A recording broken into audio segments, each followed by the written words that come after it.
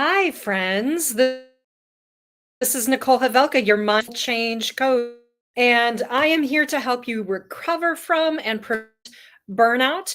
Today, we'll be talking about 3 tips that I have that help you manage your time so that you prevent and recover from burnout. So, grab a beverage, grab a snack, do whatever you need to do to be comfortable, and we will be here live talking about 3 tips that are my favorites for time management. But before I get into that, let me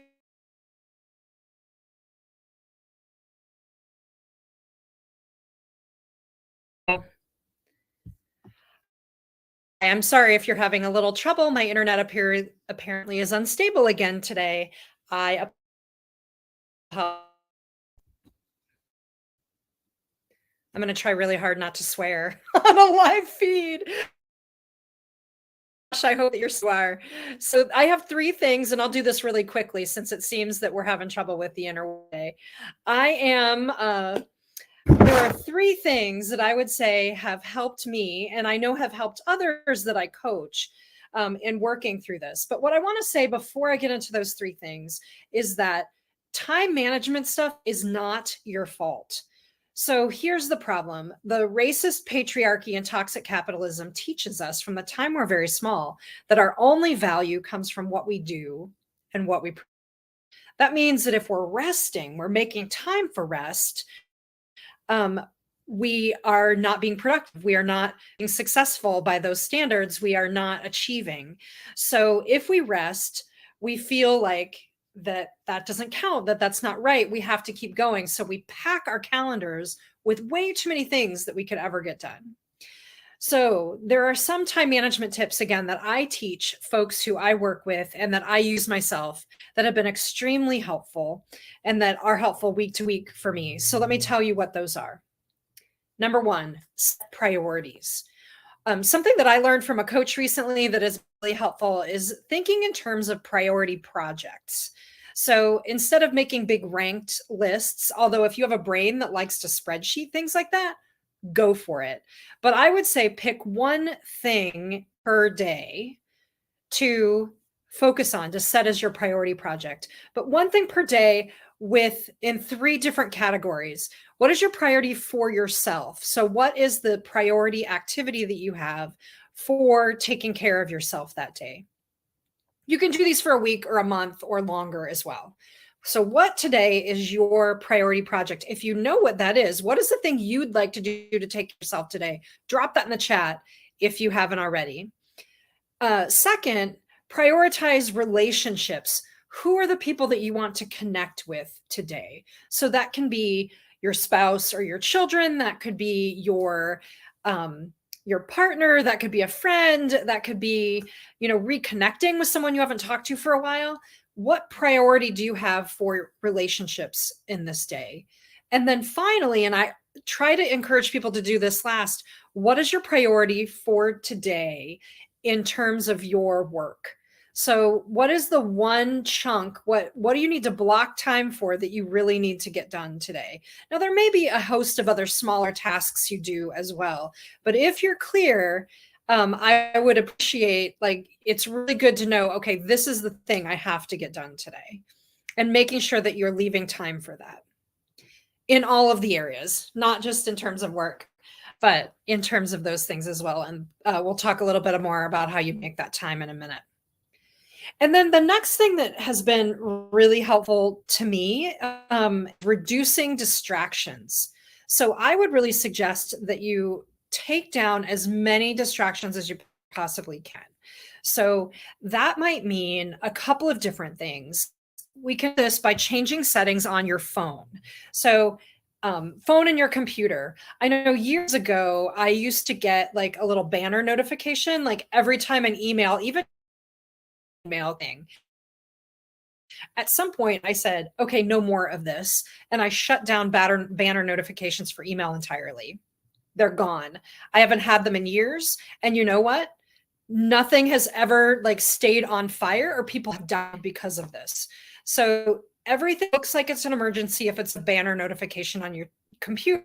Get rid of it. You don't need it. you might make time in your calendar in order to check your email and make sure that you respond to people.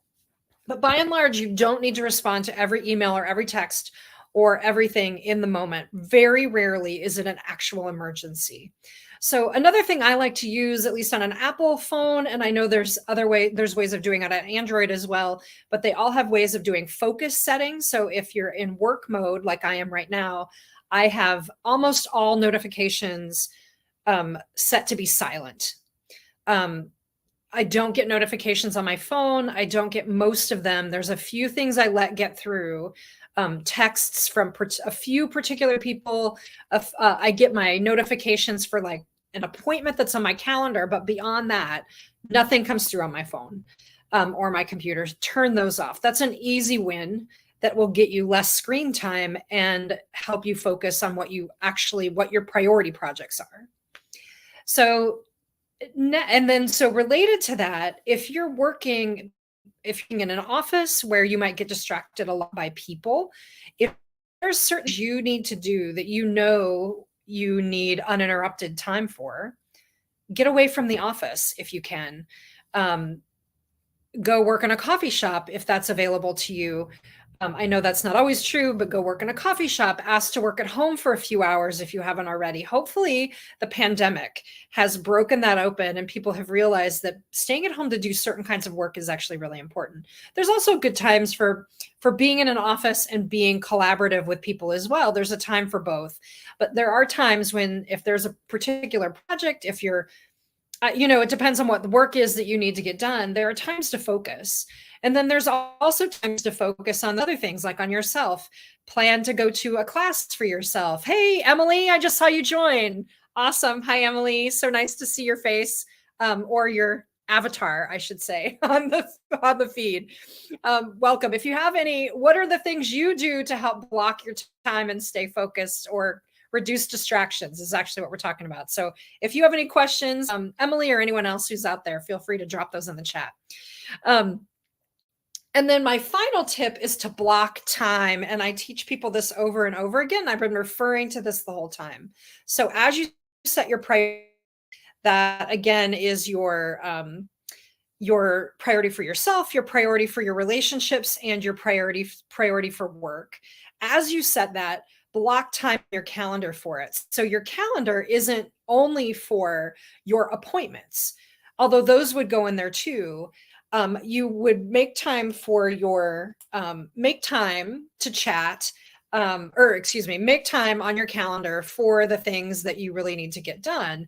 So if you want to prioritize having a phone call with a friend, block time out to call them, or even maybe email or text in advance and say, hey, are you available at X time, and block that time for that. If you want to take time to do some kind of meditation practice, that's what I teach, so I'm biased that way. Block out the time on your calendar to do that so that other things don't get in there. And in the same way for work, if there's a project, especially projects that need your focused attention, block out the time for that. So those are my three things. So again, set priority projects for yourself, for your relationships, and for your work. Distractions, and finally block out time for all of those things that matter. And I know that recipe really works for people and really has. Oh yes, turning notifications off. Emily is saying that turning notifications off on their phone has really been helpful. And it is so helpful because most of what's on our phone is not important. It's not. Or it may be important, but you could do it another time. It's mostly not in that, say it's emergency. Most things are not an emergency. So I want to invite you into one of my favorite things. I designed about a year and a half ago, designed my Time Boss online retreat. I know Emily has done that. So if you want to drop in a recommendation in the chat, Emily, that would be great. Time Boss will help you walk through some of these tips as well as a bunch of others. And this summer, I'm doing it in a little bit different format. We're going to be meeting once per week for 8 weeks, starting on June 8th. And we will be working through the 8 modules, which include this reducing distractions, that includes reducing or time blocking includes some more about how to set priorities, among other things. And so I hope this from 8th to July 27th. I will definitely be dropping the link. That is defythetrend.com/time boss. And there is a special promotion. Summer 23 is the code. And if you use that, you will get, you can get it for $200 off. And that ticket, though, well, there's only 7 more tickets available at that price. And it's only good until 3 a.m. Eastern time or midnight Pacific time on May 17th. That's early morning on early morning Thursday, or no, Wednesday. That's early morning Wednesday. So join us for Time Boss. I hope these 3 tips help you, and drop some. Yes, I'm so excited. Emily says the Time Boss is transformative. So you should too. Thanks for coming and chatting with me, Emily. If people are watching this later, please drop your comments or your questions. I'd be more than happy to get back with you at another time. And like I said, definitely be offering you that link to Time Boss, defythetrend.com/time boss. And I will see you real soon. Thanks for joining us or joining me at Defy the Trend Live. Thanks especially to Emily stopping in. Have a great day.